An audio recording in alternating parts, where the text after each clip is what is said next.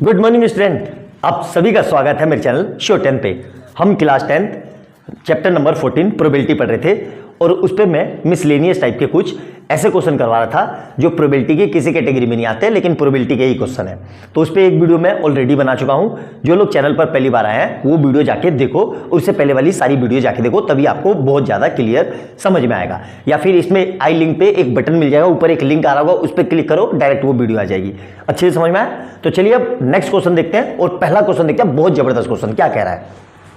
A letter is chosen at random from the letter of the word assassination. The probability that the letter chosen is a vowel. जो probability है उसमें से हम vowel choose कर रहे हैं, उसकी प्रोबेबिलिटी किस फॉर्म में? इस फॉर्म में। ठीक है, तो हमसे क्या कह रहा है? Find the value of x. Clear है, सिंपल सी बात है। तो सबसे पहले ये लिख लेते हैं फिर से, असासिनेशन। असासिनेशन, ठीक है। अब ध्यान से देखना बहुत अच्छे से। इसमें कितने अल्फाबेट है? 1 2 3 4 5 6 7 8 9 10 11 12 13। तो टोटल अल्फाबेट लिख लेते हैं। टोटल अल्फाबेट, अल्फाबेट, ठीक है। टोटल अल्फाबेट कितने हो गए हमारे पास भाई साहब? 13। वोवेल कितने हैं? तो यहां पे लिख लेते हैं नंबर ऑफ वोवेल अल्फाबेट। ठीक है, देखो ध्यान से देखना बहुत अच्छे से, ठीक है। वोवेल अल्फाबेट, वोवेल क्या होते हैं? AEIOU। तो यहां पे देख लेते हैं 1 2 3 4 5 और 6 वोवेल है मेरे पास, ठीक है। तो नंबर ऑफ वोवेल अल्फाबेट कितने हो जाएंगे? 6। हम हमें पता है प्रोबेबिलिटी क्या होती है? प्रोबेबिलिटी इक्वल टू, ध्यान से देखना बहुत प्यारा क्वेश्चन है। Probability equal to favourable case, ठीक है, favourable case upon total case. Clear है यहां तक? ध्यान से देखना। अब फेवरेबल कितने हैं भाई साहब? 6, ठीक है, और टोटल कितने हैं? 13। तो ये आ गई मेरी प्रोबेबिलिटी। किसकी? Probability of vowel, probability of vowel. Clear है यहां तक? अब हमें क्या कह रहा है? जो यही प्रोबेबिलिटी है वो किसके इक्वल है? इसके। तो इन दोनों को हम बराबर रख देंगे और बराबर रख के एक्स निकाल देंगे। मतलब क्या लिखेंगे हम? 6/13 इक्वल टू, ध्यान से देखना, 6/2x प्लस 1। आई बात समझ में? मतलब यही प्रोबेबिलिटी इस फॉर्म में है। तो देखो 6 से 6 कट गया, क्रॉस मल्टीप्लाई, ये इधर ये इधर, तो यहां से कितना आ जाएगा? 2x plus 1 equal to 13। अब ये वाला 1 कहाँ जाएगा? इधर। तो यहां से कितना आ जाएगा? 2x इक्वल टू 13 माइनस 1, मतलब 2x इक्वल टू 12। क्लियर है? मतलब x इक्वल टू 12/2, मतलब x इक्वल टू 6। यही मेरा आंसर है। अल्टीमेट क्वेश्चन, एकदम क्वालिटी लेवल का क्वेश्चन, जिसको बोलेंगे अति सुंदर क्वेश्चन। अच्छे से समझ में आया? नोट डाउन करना, बहुत जबरदस्त और बहुत प्यारा क्वेश्चन था। एक एक पॉइंट समझ के लिखना, बिल्कुल समझ में आएगा। नेक्स्ट क्वेश्चन देखते हैं, बहुत जबरदस्त, बहुत सुंदर था, इसको नोट डाउन कर लो जल्दी से।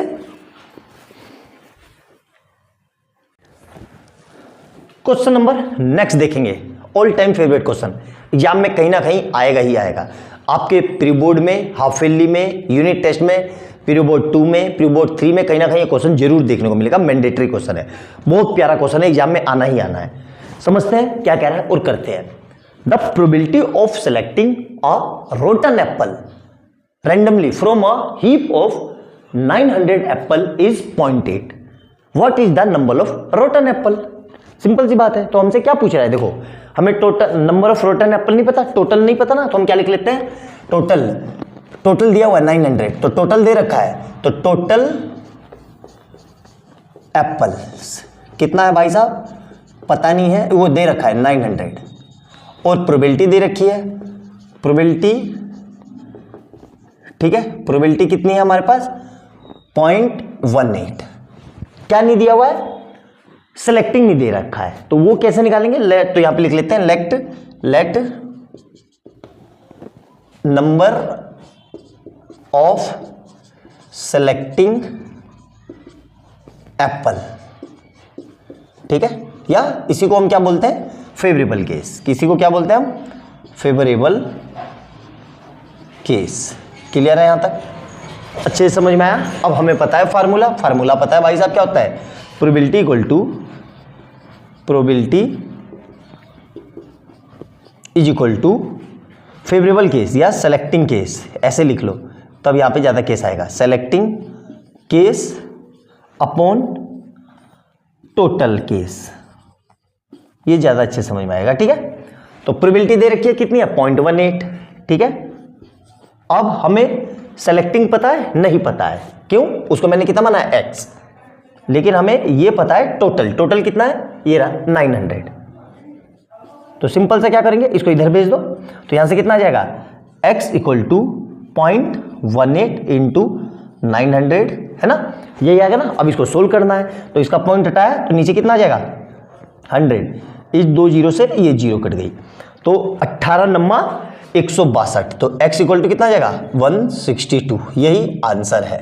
आया समझ में, बहुत सिंपल सा क्वेश्चन है और बहुत फ्रीक्वेंटली आना ही आना है, आता ही आता है इस तरह का क्वेश्चन। अच्छे से देखना, समझ के लिखना, ऐसा हो नहीं सकता कि ना समझ में आए, और ना समझ में आए फिर भी 1% 0.01% लेके चल रहा हूं मैं, फिर भी ना आए तब भी दोबारा से देख लेना, 100% समझ में आ जाएगा। आया समझ में, नोट डाउन करना, वीडियो अच्छी लगे तो लाइक एंड सब्सक्राइब करना और बेल आइकन जरूर दबाना, ताकि जैसे मैं कोई नई वीडियो डाल लूं उसका नोटिफिकेशन आपको तुरंत मिल जाए। नोट डाउन करो, नेक्स्ट क्वेश्चन देखते हैं।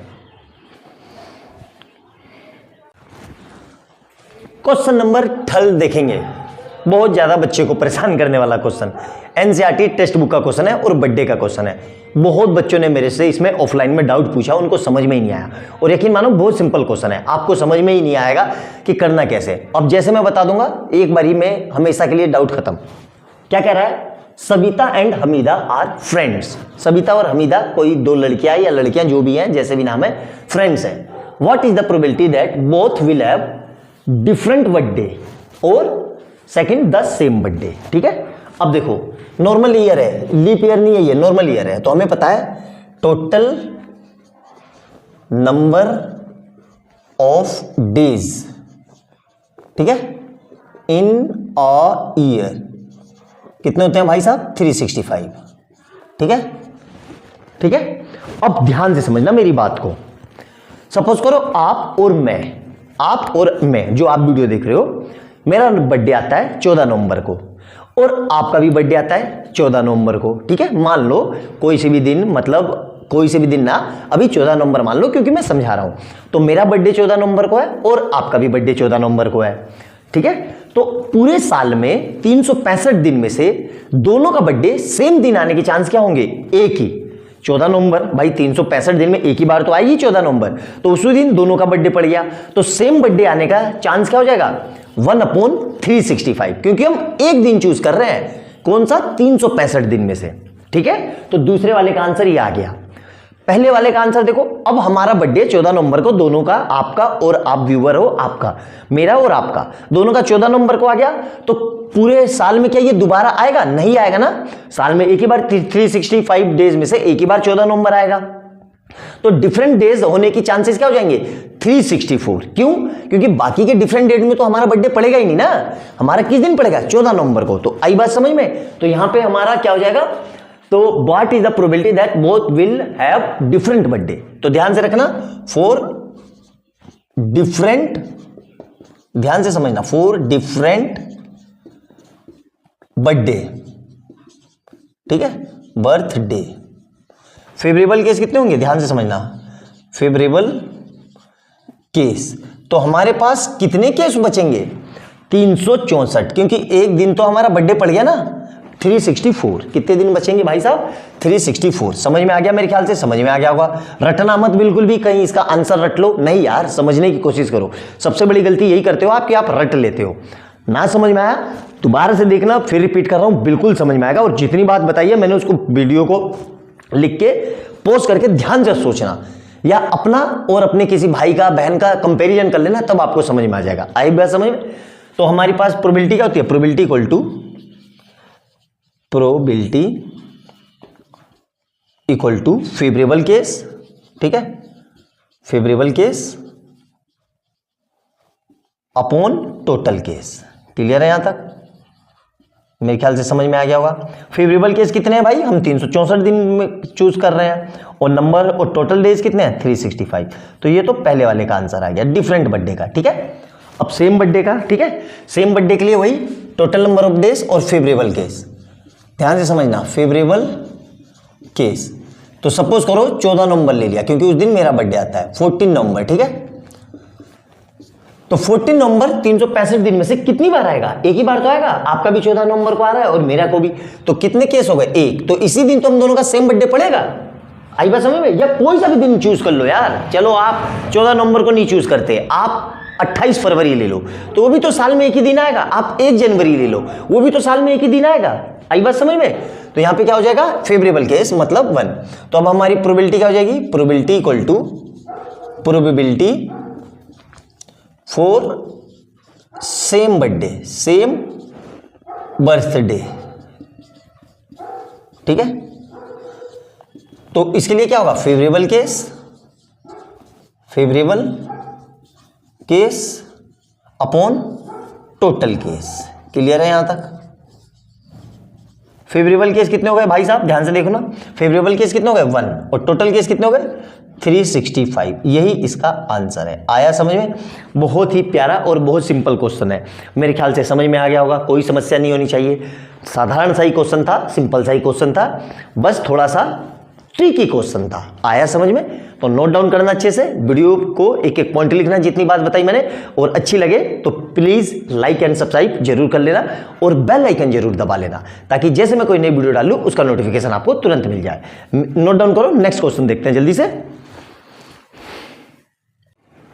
क्वेश्चन नंबर 4 देखेंगे, सबसे ज्यादा बच्चों को डिस्टर्ब करने वाला क्वेश्चन। यकीन मानो बहुत बच्चे, मैक्सिमम बच्चे इसका आंसर 1/365 या 53/365 करके आएंगे, जो कि बिल्कुल गलत आंसर है। कैसे गलत है, ध्यान से समझेंगे। जिस बच्चे ने मेरी सेकंड वीडियो देखी होगी थ्योरी वाली, उसमें मैंने डिटेल में लीप ईयर का कंसेप्ट बताया था, उसको जाके देखो, उसमें बहुत डिटेल में मैंने थ्योरी बताई है। अगर नहीं भी देख पा रहे हो तो डायरेक्ट इसमें मैं आपको समझाता हूं, लेकिन इसमें सिर्फ मैं ईयर्स वाला ही समझाऊंगा, वीक वाले, बाकी नहीं समझाऊंगा, क्योंकि बाकी डिटेल थ्योरी वहां बताई थी। देखो क्या कह रहा है, find the probability that a leap year, leap year पता है हमें 366 दिन, मतलब जिसमें जनवरी, वो जनवरी कह रहा हूं, फरवरी 29 हो। ठीक है, एट रैंडम कंटेन 53 मंडे। कैसे करेंगे, ध्यान से समझेंगे। हमें पता है कि भाई total number of days, total number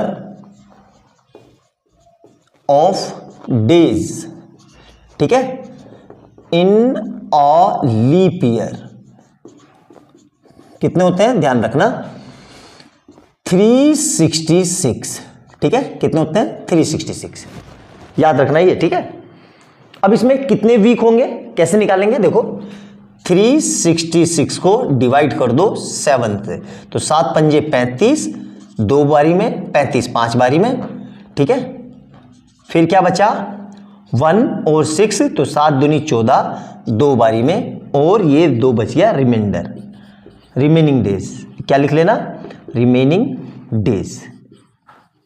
ठीक है, अब ध्यान से समझना, ये 52 तो वीक हो गए मेरे, ठीक है, और ये 2 दिन एक्स्ट्रा हो गए। अच्छे से समझ में आया, 52 तो वीक हो गए और 2 डेज एक्स्ट्रा हो गए। तो मान लो इस वीक में, हर वीक में मंडे तो आएगा ही आएगा, तो भाई 52 मंडे तो कंफर्म आने ही आने हैं। 53वां जो मंडे होगा वो इसी 2 में हो सका, मतलब ये 2 दिन बचे, ये 2 दिन क्या हो सकते हैं, ध्यान से समझना। ठीक है, ये 2 दिन जो बचे, रिमेनिंग 2 दिन, ये क्या हो सकते हैं, लाइन से मंडे ट्यूसडे, या ट्यूसडे वेडनेसडे, या वेडनेसडे थर्सडे। ठीक है, या फिर थर्सडे फ्राइडे। ठीक है, फ्राइडे, या फ्राइडे सैटरडे। ठीक है, या फिर सैटरडे संडे। ठीक है, संडे। क्या संडे मंडे होगा, नहीं, क्योंकि फिर मंडे आ गया। हो सकता है, बिल्कुल, क्यों नहीं होगा, संडे के साथ मंडे तो हो ही सकता है भाई साहब, संडे मंडे, लेकिन मंडे ट्यूसडे नहीं होगा क्योंकि रिपीट हो गया। अच्छे से समझ में आया? तो कितने केस हुए, ध्यान से देखना, बहुत जबरदस्त क्वेश्चन है। 1 केस, 2 केस, 3, 4, 5, 6, 7। अब जो मेरा मंडे होगा वो इन्हीं दिन में कहीं होगा। भाई मंडे कहां पर है, यहां पे और यहां पे, तो इन्हीं दोनों दिन में से तो मेरा मंडे हो सकता है। तो मुझे इन 7 दिन में से कोई से 2 दिन लेने होंगे। तो अब टोटल मेरा 366 नहीं होगा, अब मेरे पास टोटल नंबर ऑफ डेज जो होंगे वो मेरे पास 7 होंगे भाई साहब। आई बात समझ में, क्योंकि ये 7 यही 7 है। आई बात समझ में। अब इसमें से मुझे चूज करना है तो कौन सा, मंडे आने का, तो फेवरेबल केस फॉर मंडे, ठीक है, फेवरेबल केस फॉर मंडे। तो मंडे कहां से आज चूज करूंगा, या तो मैं मंडे ट्यूसडे ये एक केस बनेगा, या संडे मंडे ये एक केस बनेगा। क्लियर है। तो यही तो 2 फेवरेबल होंगे मेरे पास, और टोटल डेज कितने होंगे 7। वो 2 नहीं है, वो 2 तो यही हो सकते हैं ना, ये 7 डेज। आई बात समझ में। तो अब प्रोबेबिलिटी क्या हो जाएगी मेरी, यहां पे देखो, प्रोबेबिलिटी इक्वल टू प्रोबेबिलिटी, ध्यान से समझना, probability equal to favourable case upon में टोटल केस। फेवरेबल केस कितने हैं, फेवरेबल केस 2, ठीक है, ये मतलब इसको फर्दर 2 मानेंगे, ये एक केस और ये एक केस, तो 2 केस, और टोटल डेज कितने हैं 7। तो यही मेरा आंसर होगा, याद रखना। अब इसमें ये मंडे बोले, ट्यूसडे बोले, वेडनेसडे बोले, थर्सडे बोले, फ्राइडे बोले, सैटरडे बोले, संडे बोले, सबका आंसर सेम यही रहेगा 2/7। इसी तरीके से करेंगे सबको। तो एमसीक्यू में आएगा तो डायरेक्ट आंसर टिक कर देना है 2/7। अच्छे से समझ में आया, यूनिवर्सल आंसर है ये, कोई सा भी दिन पूछेगा यही आंसर आएगा। आई बात समझ में। तो अच्छे से नोट डाउन करना, एक एक पॉइंट समझना। ये क्वेश्चन बच्चों को बहुत परेशान करता है, बहुत ज्यादा इसमें कंसेप्ट बच्चे गलत करते हैं, इसलिए मैंने इसको आराम से करवाया। अच्छे से समझ में आया, नोट डाउन करना, ध्यान से लिख लो इसको।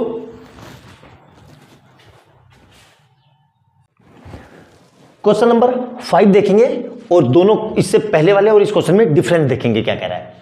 ये क्या कह रहा है, find the probability that in normal year selected at random will contain 53 Sunday. ठीक है, उसमें क्या था, लीप ईयर, और इसमें क्या है, नॉर्मल ईयर, और वहां पे क्या था, मंडे, यहां क्या है, संडे। कैसे करेंगे अब ध्यान से देखना। हमें पता है टोटल नंबर ऑफ डेज, ठीक है, इन अ नॉर्मल ईयर कितना होता है भाई साहब, 365। ठीक है, ध्यान से समझना।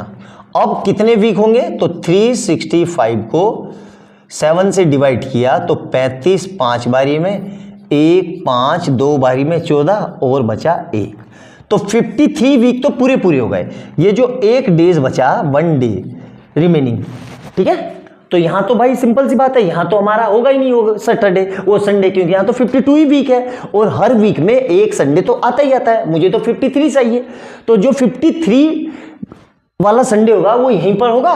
तो वो जो एक दिन ये बचा है, ये एक दिन क्या हो सकता है, देखो ये एक दिन हो सकता है, या हो सकता है मंडे पूरा लिख देता हूं, मंडे, ट्यूसडे, वेडनेसडे, ठीक है, वेडनेसडे, थर्सडे, ठीक है, थर्सडे, फिर आएगा फ्राइडे, फिर सैटरडे, और फिर संडे। क्लियर है। तो जो ये एक दिन होगा, ये वाला एक दिन, वो ये एक दिन, यही तो 7 दिन हो सकते हैं। आई बात समझ में। और इन्हीं 7 दिन में से तो कहीं ना कहीं संडे आएगा। कहां आया, बिल्कुल नीचे पड़ा है, ये रहा। तो 1 2 3 4 5 6 7, तो मुझे इन 7 दिन में से एक संडे चूज करना है, वही 53वां संडे होगा। तो अब मेरे पास चूज करने के लिए 7 दिन है, ये दिन नहीं होंगे। आई बात समझ में, बहुत अच्छे से समझना। तो अब मेरा फेवरेबल केस कितना हो जाएगा, वो टोटल केस कितने हो जाएंगे, तो ये 7 होंगे। ये आपको एग्जाम में लिख के दिखाना है 7। और मेरे पास फेवरेबल केस कितना होगा, फेवरेबल केस, ठीक है, ध्यान से समझना, फेवरेबल केस। तो इन 7 में से तो मुझे एक दिन चूज करना है, तो वो कितना हो जाएगा, 1। आई बात समझिए, क्योंकि संडे यहीं पर है, तो 7 में से 1, मतलब यही। तो अब हम मेरी प्रोबेबिलिटी क्या हो जाएगी, प्रोबेबिलिटी इक्वल टू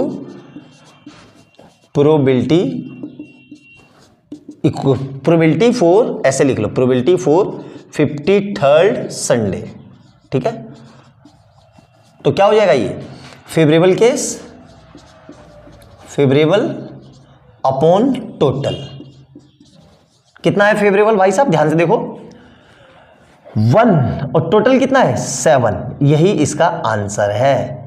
अच्छे से समझ में आया, गलती से भी 365 मत लिख देना, आंसर पूर्णतः है गलत हो जाएगा। अच्छे से समझ में आया, नोट डाउन करना, एक एक पॉइंट समझ के लिखना, जितनी बातें बताई ध्यान से देखना, और क्वेश्चन नंबर 4, 5 तो स्पेशली ध्यान से करना, बहुत ज्यादा मिस्टेक होती है उसमें। अच्छे से समझना, और वीडियो अच्छी लगे तो प्लीज लाइक एंड सब्सक्राइब करना, और ज्यादा से ज्यादा अपने दोस्तों को शेयर करना, ताकि लगे उनको भी कि हाँ कोई बहुत इतने अच्छे से इतने प्यार से समझा रहा है, मैं समझ गया तो आप भी समझ सकते हो। किसी की हेल्प करना ही बहुत बड़ी बात है। और इसमें आपको लिंक ही शेयर करना है, कुछ भी नहीं लगेगा, मुश्किल से केबी में वो होगा लिंक का शेयरिंग का, 1 KB 2 KB, ज़्यादा नहीं। तो कोई डाटा यूज नहीं कर रहा है, और आज के टाइम में तो डाटा वैसे इतना सस्ता है कि 10, 20, 100, 200 लोगों को भी शेयर कर दोगे तो ज़्यादा फर्क नहीं पड़ेगा। अच्छे से समझ में आया तो नोट डाउन करना। मिलते हैं अगली वीडियो में मिसलेनियस के ही बहुत अच्छे अच्छे क्वेश्चनों के साथ, इसको नोट डाउन कर लो। ठीक है, बाय बाय दोस्तों।